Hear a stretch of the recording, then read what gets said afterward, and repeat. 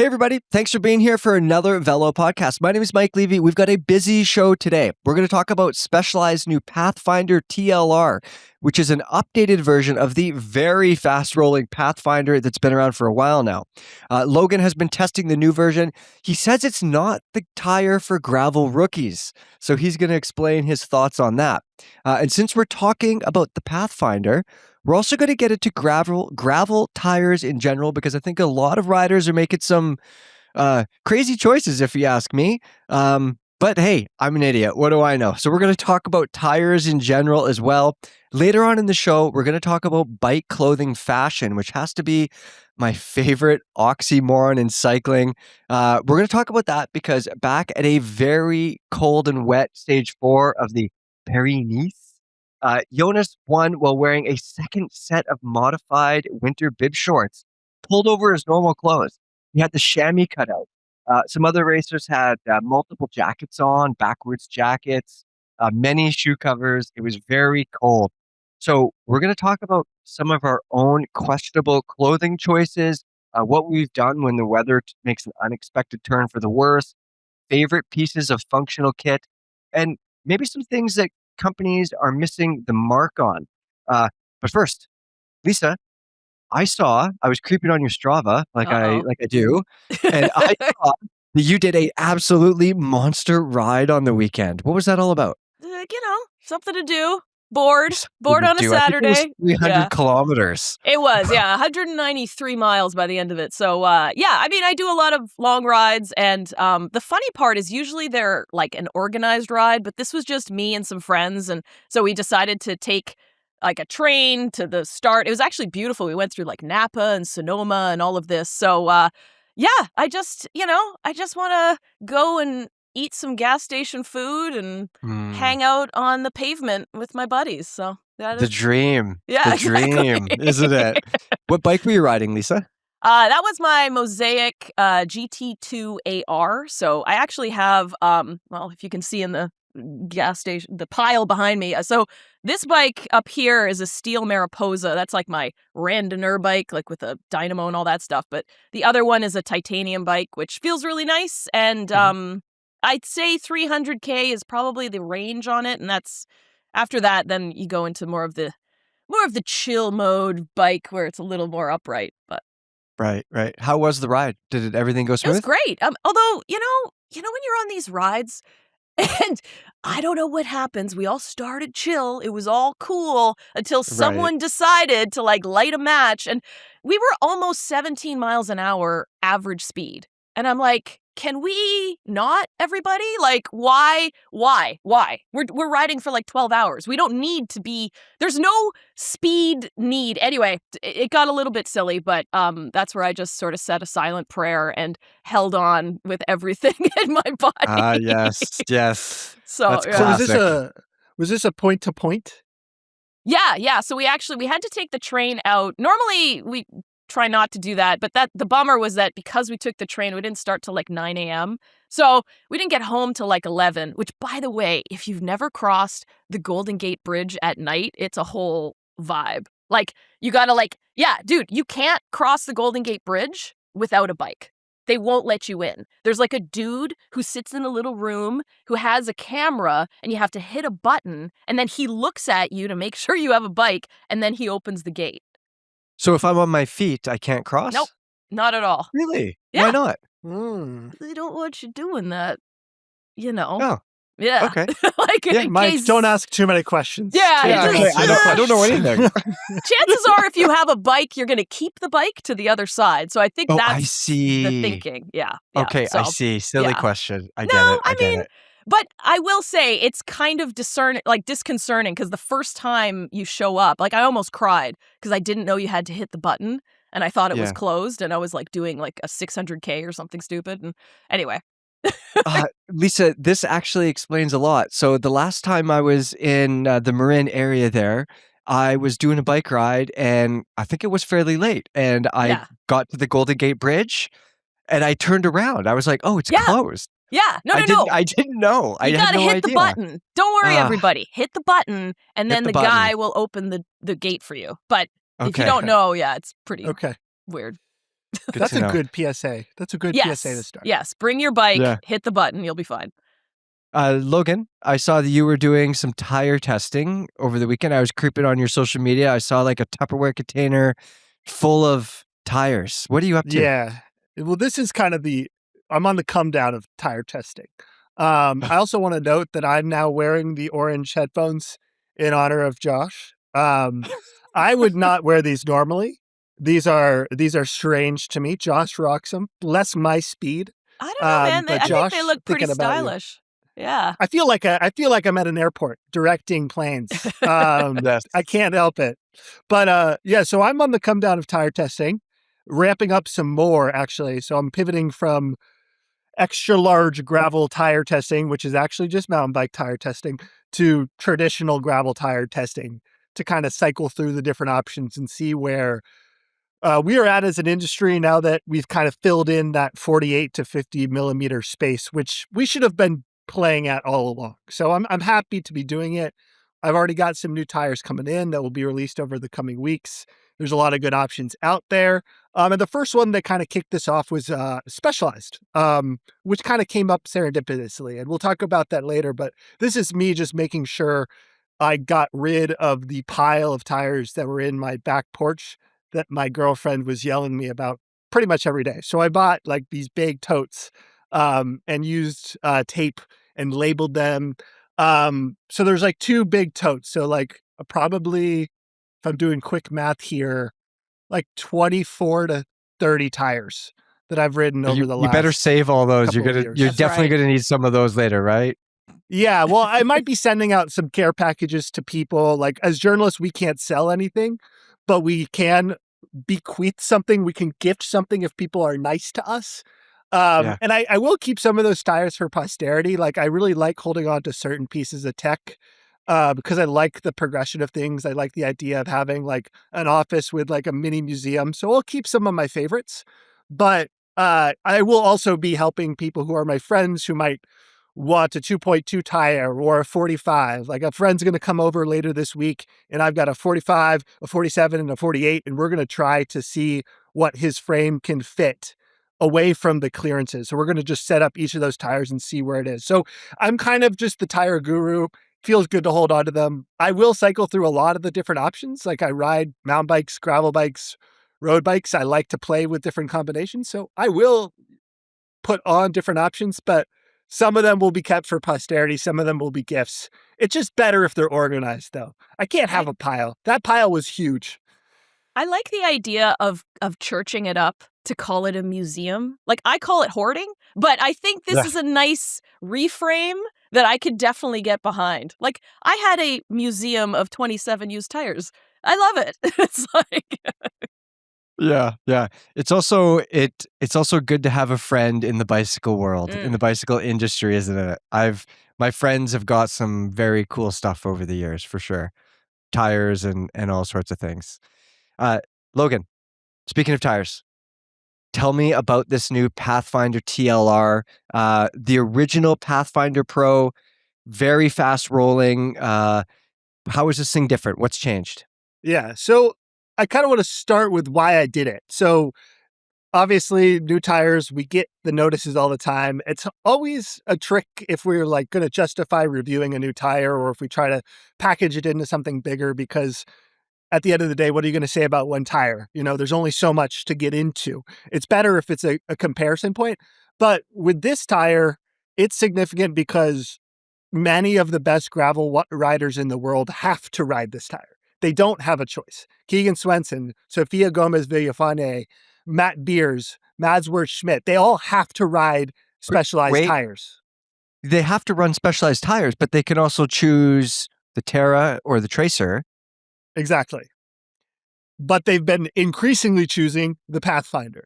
I've been snooping, I've been looking, and I got a pretty good, I think I found the justification pretty quickly. So Specialized has 3 tires, or tire treads, I should say, in a lot of different whips. They have the Tracer, the Terra, and the Pathfinder. The Pathfinder is what most people know. It's their longest standing gravel tire.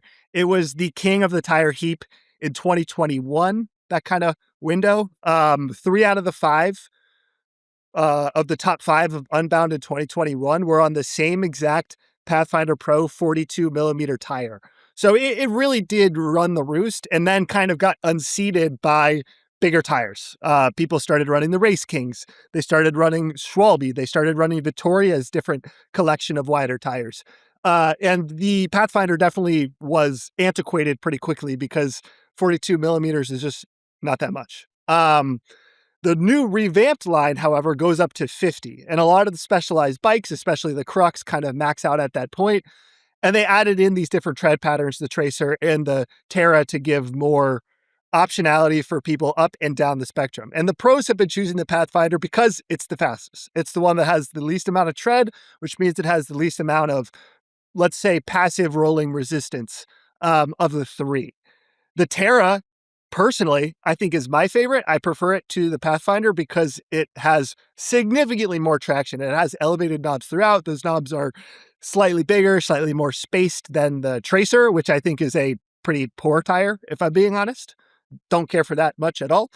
So I kind of considered it with like the Terra and the Pathfinder as the 2 options I wanted to get into. And I enjoyed riding both of them. I think the Pathfinder is really fast.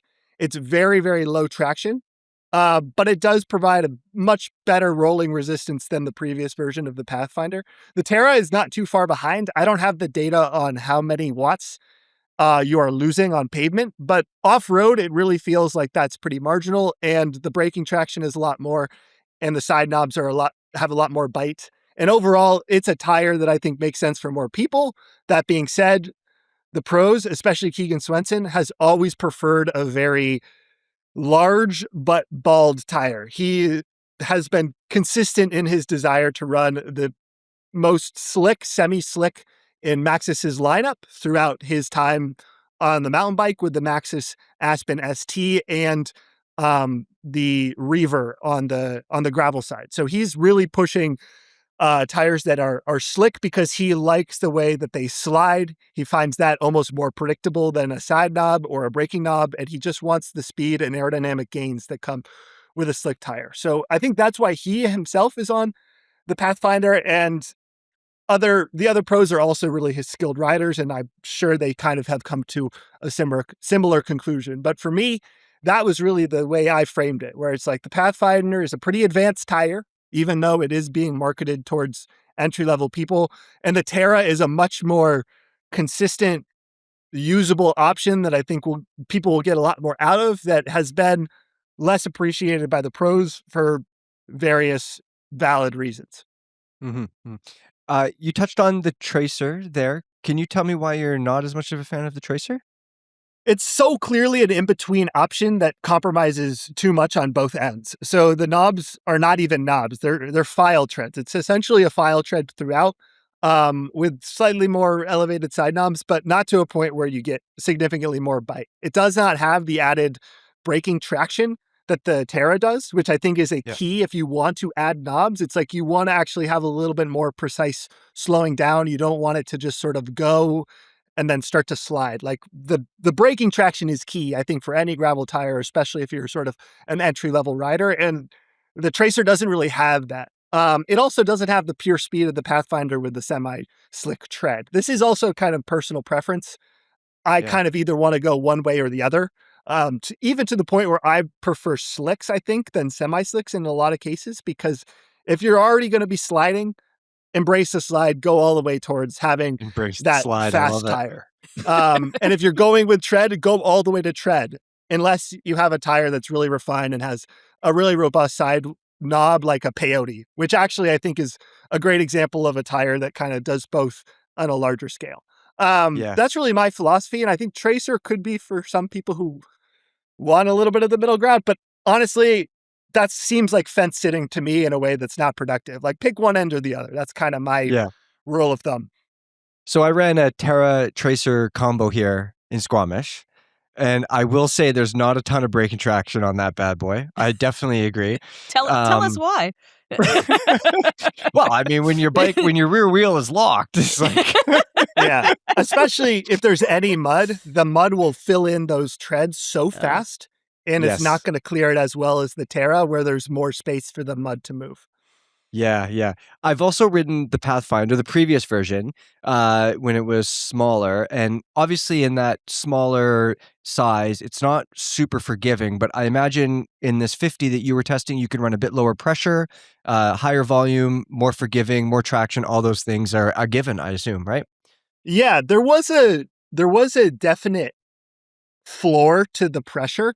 I've noticed this with a couple of different tires that have really gone to the lightweight side of the equation. Victoria was Yeah. was really bad at this. They had these tires that were really light, but as soon as you drop the pressure down like towards the lower limit of the listed tire pressure range, the sidewall would just fall out. You would just have this sensation where you'd be on the corner, you'd be feeling secure, and then Oh the God. tire would like dive. And Yep. that started to happen, especially on the rear tire with the Pathfinder, when I tried to run it at 22, 23 PSI, which felt like it gave me more traction. It just wasn't tenable in terms of feeling like I had consistent and reliable structure to the tire under load when I was trying to go around a tight turn. Yeah. That being said, this is a tire that's clearly for gravel in the truest sense of gravel, like hard packed road with loose over top where you're going to just be trying to maintain speed. And it was something I chose mostly because I wanted a good tire for Mid South, and I had a suspension fork that handled a lot of the sort of traction control issues that come with not being able to drop the pressure lower or run a bigger tire. So I think it suited that need, but it's not a very like all around option. No. I will say you touched on something there. I've always called it the pressure window. And when tires go up in volume, but they still have a nice, I won't say flimsy, I'll say forgiving casing. Aw. That pressure window is like, it's like just a couple PSI.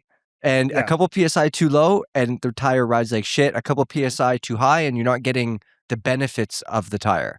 So yeah, I'd Yeah. completely agree with that. How was it for reliability? Just on that note, I want to go down this one quick rabbit hole because this is really Yeah. important. It's not talked enough. So, I really talked a lot about this with Athlete 4 Maxis, because Maxis kind of has this narrow pressure window too, especially with some of their lighter sort of pro oriented tires. And part of why Maxis didn't release their Aspen ST was because that tire was so specifically formulated for the demands of pro racing and for the expertise of pros. There is the assumption that amateurs wouldn't be able to understand that very, very narrow pressure window, and they wouldn't actually get the tire to perform in the right way because they would be either too high or too low, and they would Mhm. come to the conclusion that Maxxis makes bad tires. But the pros wanted that because they wanted the lightweight, they wanted the feel, and they wanted it to be refined. And part of the compromise that comes with a refined tire might be it's hard to seat on the wheel, and it has this very narrow pressure window that you have to like ride a lot to understand. So for me, like the Maxxis Aspen ST was a tire I didn't like originally, especially on the drop bar bike where you need to push the tire pressure a little lower to get traction. But I grew into it and I really started to like it when I figured out what the tire pressure was for that particular setup. That was different front and rear, where you needed to have a lot more pressure on the rear than the front because of that sort of sidewall tolerance. And it's something that people don't talk about when they think about tire testing because, frankly, I think a lot of testers don't put in the time, the miles to actually find some of those sweet spots that get the most out of these really lightweight racing oriented tires. Is that Mhm. are those shots fired? I don't know. That's a hot take, Logan. Damn. I think you got to be about this life. There you That's something go. I'm going to come back to. You got to be about the life if you're going to do something as detail oriented as tire testing. Yeah. Yeah. Especially with these gravel tires, I mean, I know people who don't use pressure gauges, who just Yeah, but just that's what use their thumb. yeah, that's why. No, Yeah. no, Is that wrong? no, Are you saying no. no? That is so wrong because when it's at 23 PSI, that's not many PSI. So then when you lose 2 Mm, PSI overnight and you don't check your tire, well, like when you get into trouble later, you tear a sidewall or you break a rim even. mm. That's your fault. That is your fault. Yeah. No, It's not the I'm tire's fault. No, it's 100% the tire's fault. I will not take any responsibility whatsoever. And if it's a little squishy side, sometimes I vary it, a little squishy on the side. Sometimes I do the top, Good you know. Lord. I'm I going like to to send you switch some it up. pressure gauges. Yeah. I will say, like, it's people think they have a grasp on it, but Specialized Off-Road Racing did a video with their mountain bike elite team. So these are the best mountain bike riders in the world. And they gave them a tire and they're like, can you guess the PSI? And they were pretty all over the map. And these are people that ride these bikes all the time. Like, yes, they don't always do their own bike work, but they should have an intuitive understanding of tire pressure. Of course, Chris Blevins was like right on the money. Like, what can't that guy do? But it was informative to me to be like, okay, tire pressure is like something we don't, as humans, have a great intuitive grasp on. I need to make an overarching generalization here on this podcast, my specialty. I'm waiting. Yes, sir. And? The majority of gravel riders are undertired. Oh, yeah. I would definitely agree with that. You're not running enough tire. If you're listening to this and you have a gravel bike, you're probably not running enough tire and you're thinking too much about rolling resistance and like aerodynamics, which should not have anything to do with tire choice. You know, forget about it. Unless you're freaking Keegan or somebody like that, or Sophia, like stop with the aerodynamics. Get the biggest tire you can get, make sure it's got some knobbies on it, and maybe run an insert. Am I crazy? I mean, as someone who, my spirit of gravel is constantly complaining about either the tire or the tire pressure or how it feels, or like that's my gravel universe. So yeah, I at 10,000% could subscribe to that because I'm like here on my 38s, just like saying a prayer, and yeah, it's not great. No, Lisa, please. I know. You need Well, bigger that's why, tires. dude, that's why when I got the checkout, I was like, Christ, is this what it's supposed to be? This is amazing. It's like the heaven light came down and angels sang and it was beautiful. Yeah. And I want to make another generalization too. A lot of gravel riders are very fit and strong and they have a lot of strengths for sure. Mhm. Bike handling isn't one of them sometimes. Oh my God. Is this the Hot Takes podcast? What I'm is sorry. happening? Boys, Wait, this is getting if you're- very spicy. if you don't come from a mountain bike background, I'm not on my high horse.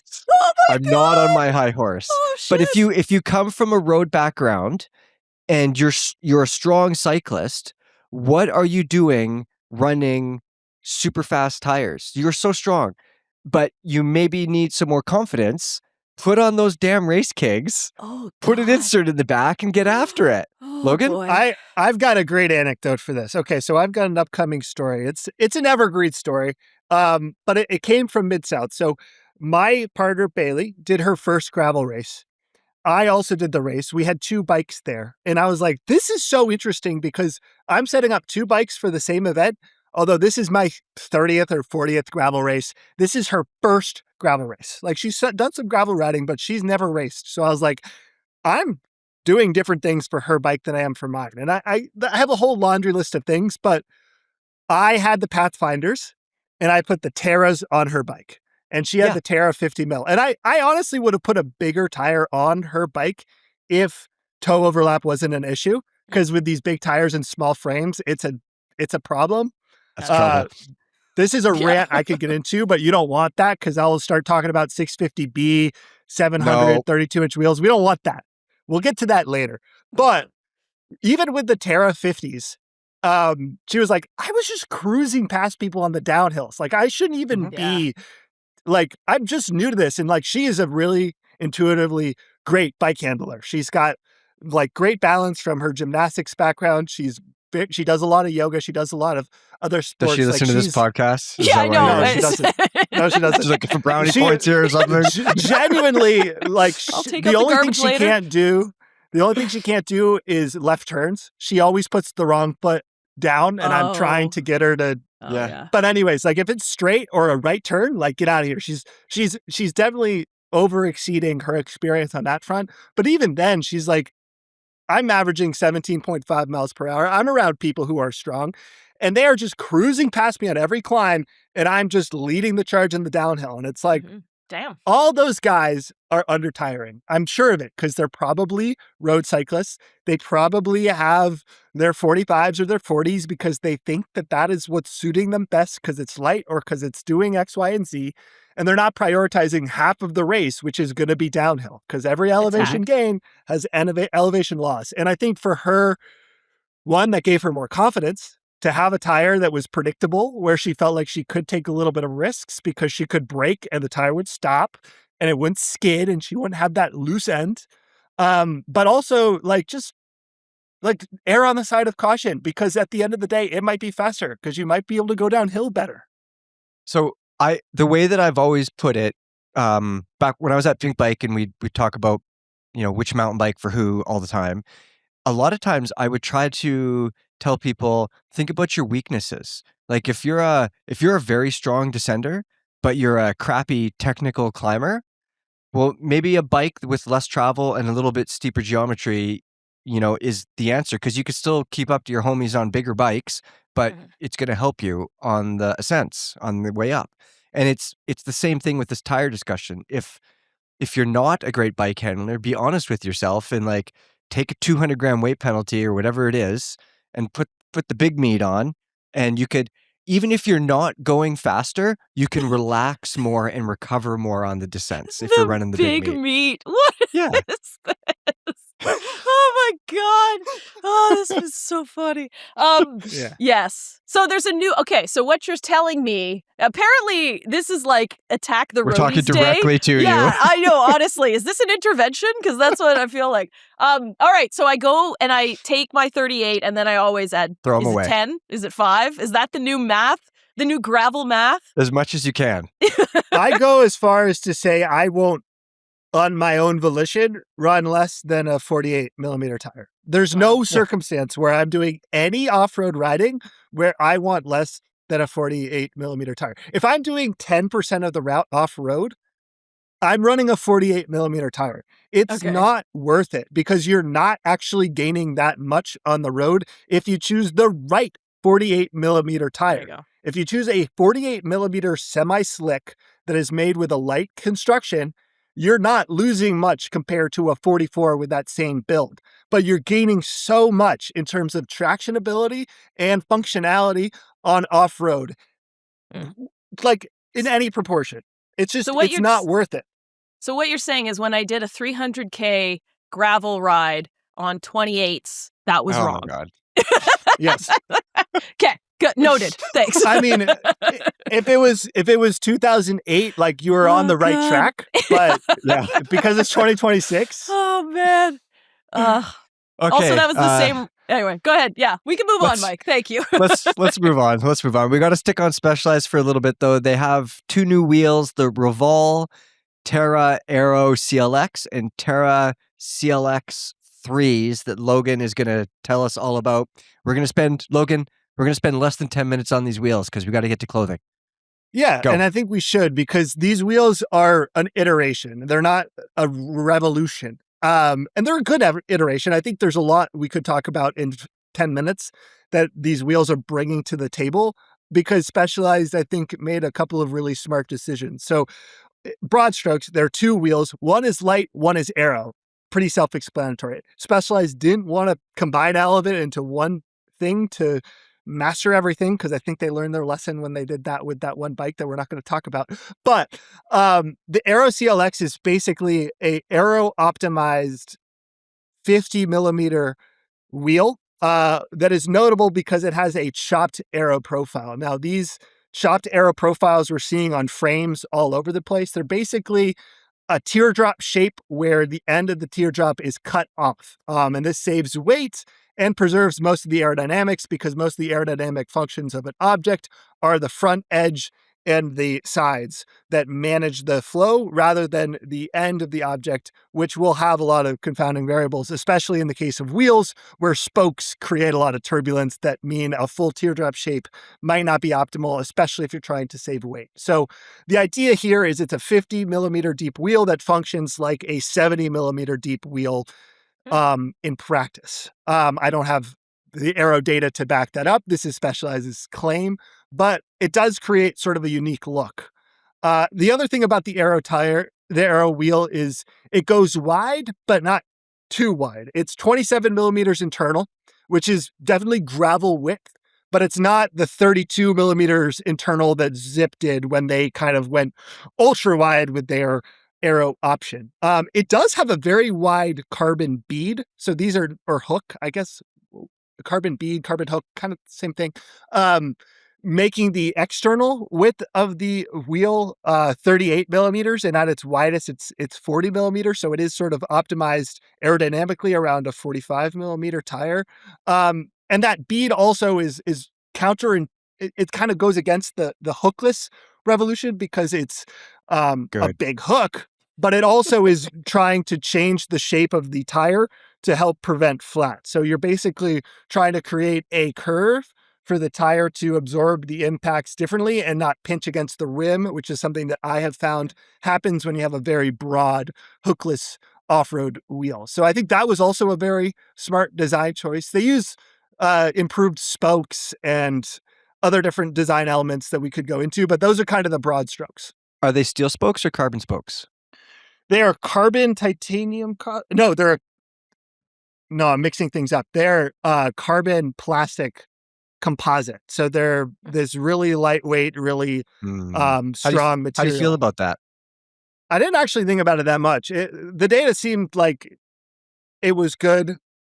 I mean, I think spokes can be overestimated. That being said, that's something that I think you kind of need to feel out before you make conclusions of. Because there's a lot of different ways to do it. As Baird spokes have proved, there's a lot of different ways to make a good spoke. There's a lot of different materials you can use. And if these claims are correct about the watt saving and the weight saving, it seems like a pretty good innovation. Although for me, I think the other points were more of interest to me without having ridden the products. Yeah. Okay. Tell me about the light wheels because they're light. They're super light. 1,079 grams of weight for the system. That's wow. I might have been missing something, but that's pretty close to the lightest 27 millimeter internal gravel wheel I found. They really seem to strip it down and with a 27 millimeter deep rim to kind of match the internal. Yes, I think that's correct. I got the notes here. It is a very shallow wheel. It's not going to give you a ton of aerodynamic benefits. But then again, not all gravel is about aerodynamics. These wheels are very clearly geared towards adventure riding, rugged riding.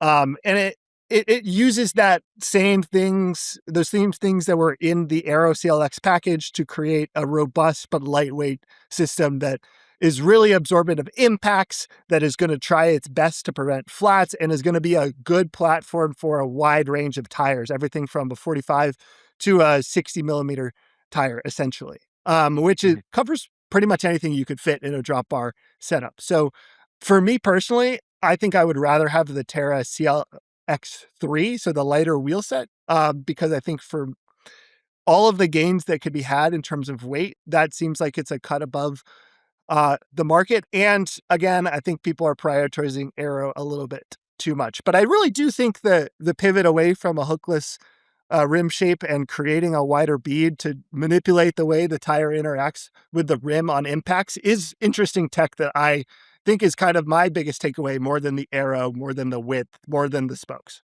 Yeah. Okay. One last thing before we move on. How much do these bad boys cost? A lot. Yeah. These are not Good answer. Done. value Next topic. wheel sets. This is definitely like top of the line. We're talking about $3,400 for the Aero CLX, $3,200 for the Terra CLX 3. These are expensive wheels. Maybe we'll see some of the technology trickle down, but we're talking about the premium spec, again, made for some of the best, most accomplished gravel racers in the world. So you'd expect to see a price that high. This puts them well in line with Envy, Zip, all of those premium wheel brands. I'm sure you could find a more expensive wheel set. You always can. But it definitely is the top of the, let's say, the wide market. Yeah. Okay. All right. Let's move on. Let's talk about clothing. Lisa, this was actually your idea when you saw Jonas winning stage 4. It was so cold and wet. And usually we see these pros, well, I mean, looking pro, right? Yeah. Because they got team cars full of clothing and all that stuff. Jonas was too busy winning to take off his second pair of bib shorts. And I didn't realize it at the time, but they were actually all cut up, heavily modified for him to get on and off easier. So he had the chamois cut out and the bunch of material cut away. And it actually reminded me of a ride that I did early winter this year where it ended up being a lot colder than I thought it was. And I have many pairs of long underwear because I'm always cold. That's okay. So, yeah. It's Canada. It's cold. Yeah, right. Yeah. So I took a pair of long underwear and I cut the crotch out of them. Nice. And I pulled them up and then I pulled my winter bibs up over them. Oh, bless. And yeah, and I was toasty warm. It wouldn't have been good if I started sweating too much. I realize this. But it got me thinking about like what are some of the silliest clothing modifications or clothing choices maybe that you guys have made? Oh, dude, I've taken like, first off, I'm 1,000% with you. And just to clarify, the complete insanity around this Jonas thing. So Victor Campenarts apparently came to the team bus. He's like, guys, I got a pair of scissors. We got this. And the idea was that they were going to rip the bibs off of Jonas during the race, which is that would have been amazing. Truly unhinged. Yeah, like I'm like, run it back, guys. I want to see that. I want to see two domestiques ripping the bibs off of what, 130-pound man? Like, I don't know how this is happening, which you can question Jonas's bike handling skills as well. But again, we'll never know, or maybe we will.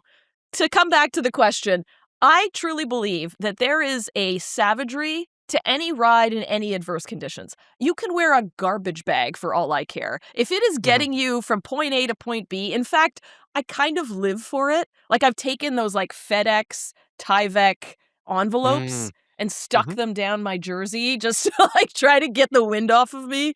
I mean, there's been some amazing stories of people like sleeping at a porta potty in the Tour Divide. Like I kind of extend this into everything that it's funny because he's a pro and you would never see someone like looking super, I think Fred might be the term, right? Yeah. Where you like have that's a pretty Fred move. And I'm He not looked trying like to a normal person. Yeah, like it's like here's this superstar who's like Sort of. human. Yeah, exactly. Yeah. But yeah, dude, I'm here for all of it. I'm trying to think of some specific dumb thing I've worn. And it's hard to pinpoint because I'm probably done a bunch of like huge socks over like, shoes and stuff just to stay warm, that kind of idea. Yeah. Logan, have you ever put sandwich bags on your feet? Like Subway sandwich bags? Yeah, That's a classic. definitely. I want to go back to these crotchless long underwear though for a second because I just picture it. every time I put on knee warmers, I put them on first. And I'm realizing I'm like completely naked except knee warmers. And that's the strangest. If like you were to only wear one piece of clothing, I think wearing knee warmers and nothing else would be the strangest thing to ever see. Oh, God. So, but that has to be not as bad as Mike Levy's crotchless long johns. We need a photo. We do do not want a photo. Because it's all there. I will say if you have a partner that is not a cyclist and you're getting dressed for a cold weather ride and you pull on you're pulling on your knee warmers before your bib shorts like you should because you got to get them up to where they belong. They look at you like, what the fuck is this guy doing? Oh, well, and then maybe for some of the bigger legged people, then I feel attacked because I have my knees on and then it's like hitting the chub of my thigh and then my bib goes over it and it's like a sausage casing of shame. And I hate it. I hate it so much. Yeah, I think knee warmers are out. I think we're out on knee warmers, but that's a different discussion. They're different discussion. No.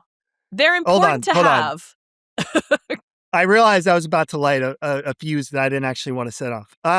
Strangest piece of clothing I've ridden in is probably I was on a trip and I needed shoe covers because my feet are really the only thing that gets cold. And I tried to use like Walmart tube socks and I cut out the bottom because I was like, this might look cool. Worst idea ever. Didn't do anything. Don't do it. People might think that socks are good over shoes. They're not. Just don't even bother. Choose the sandwich bags on the inside. It's a better choice. It's smarter. You'll like it better. I always would just do the sort of shorts and leg warmers and then winter tights over it and just deal with the added height when I was living in cold climates. I now no longer live in cold climates. So my only weird clothing modification for the elements is like a crop top t-shirt in the summer to get breathability when I'm mountain biking, but then I get a sunburn. So it's not really effective anyways. I kind of keep things normal as I can. And I just get cold and I get miserable. This one time, a buddy of mine, and it was like, we're in San Francisco, so it's wet and it's rainy and gross. And so we're freezing. And so he stopped by like a trail map, like where you get your national park stuff, right? Like there's like a trail map. And he puts it down his bib, like his jersey. And we get to the coffee later on. Dude, it's like all like peeling off of him. Like the paper was like all wet and like stuck to his shirt and his body. So heads up, the paper doesn't work. Like don't do the newspaper. It's like not gonna, it doesn't end well. Lisa, what is your favorite piece of clothing, article of clothing when the weather is, a few degrees and raining? I've been a stan for this. Like, and I've talked about it before. It's this thing called the burner, and it's from Albion, and it's this little piece of down. Oh, yeah. Dude, it's like, just everybody buy that thing. Like, Albion, send me another one, because I'm like obsessed with it. And I tell everybody about it because it stuffs into its own little stuff sack. Like, I mean, you could probably make your own if you had like an old down jacket or something and you knew how to sew. But like, it is clutch. It weighs nothing. It packs down to nothing. And when you put it on your chest, it's so warm. It's really amazing. It's a bib. It needs a little thing around the neck. Oh, And I get then like you a can just dickie. turn it backwards like a cape when you're not using it. Did I There just you go. invent new clothing? Did you just call Victor Campenaerts? And he's like, my guy. I got you. Yeah. Logan, I know you're in Phoenix now, but you haven't always been there. When you were riding in cold places, what is your favorite piece of gear? Mountain bike pants. I always struggle with the 100%. lower body. And it's just because when tight clothing gets wet, it's going to go through the fabric. It's going to trap that cold material to your skin and it's not going to really dry out. What mountain bike pants do is like, they're not waterproof by any means, but when they get soaked, they flap in the wind and that actually like clears some of the water. And there's an air barrier between the pants and the tights to keep things a little warmer. Again, you're going to be wet. It's going to be cold, but it takes the edge off in a way that I've always found relieves some of that sort of lower body issues because I've always been able to use rain jackets on my upper body without much issue. Like I think I'm able to keep that warm and dry. It's always the legs that goes. And for me, having that sort of not breathable, but like baggier fabric is the only thing that solves it. You can't solve it with tight clothing. It's just counterintuitive.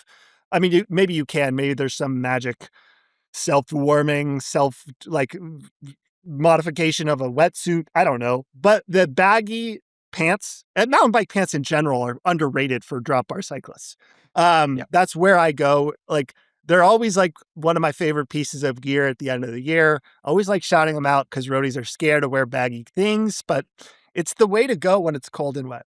I mean, I think roadies can wear baggy things. That's okay. Have you seen like randomiers? Yeah. They excel No, at I the think baggy. they should. I think they should, Yeah. but they don't always. Well, the pants I think are really nice are the Q36 rain pants. Those and like I have spent my own money on them, and they're fitted enough where they don't like flap, but man, do they work good in the rain. They are just exceptional rain pants. So if you want, they like you might have to sell a kidney to get them, but it's worth the dough at least, which is nice. Are you guys fans of the neck foreskin thing that you pull up over your Nobody over calls your it face? that, dude. Oh no, they don't call it that? What do you guys call it? Oh God, I think it's a buff. But commenters, buff. please keep me honest. That's my absolute favorite piece of gear that I own. And I have 2 or 3 different ones for different weather conditions. They're my favorite. Yeah. I have actually kind of evolved it to a kerchief, though. Because, like, if you have, like, a bandana, because then you can undo it while you're riding. Like, I find it hard with the buff to take it off. But I'm with you. It's something weird. I don't know. If someone's, like, a doctor or scientist, like, tell us, is there some, like, biological thing that if your neck and your chest is warm, like, the rest of your body is warm? Because I don't know. It seems to work for me. I think there's a lot to do with like the amount of arterial flow you have. And just like your body's response to like its vulnerabilities, especially in your neck. So if your neck is cold, it's one of those zones that I think like will communicate to your body that there's like more of a problem rather than like your hands or your face. I guess some people really get the hand issues, but being warm is key. Like I think everybody should have a winter base layer with a high neck. Having a gaiter is what it's called sometimes, or a buff, or even like attacker's very weird balaclava. No. Nobody wants that. No. If you want to go deep into sort of like Gen Z millennial gorpcore land, Is that that's an option. Is it that, or you're gonna like, like hold up a gas station or something? Like, I don't know. I saw that thing. Actually, since we're on the topic of it, there's that, and then there's also these crazy ass bibs they put out. These like winter bibs that are bright orange. It's the craziest thing you've seen. These like insane bright orange winter tights that they put out. Anyway, I don't know. Q36, you guys are just like, you're doing the most. That's all I'll say. All right, guys, let's end this podcast there before I say something even dumber. Okay, that was a good chat. For everybody that's listening, let us know in the comments what your favorite piece of cycling kit is for bad weather or for good weather. And also, gravel tires. Are we wrong? Should you be just running fast tires and just hanging on for dear life?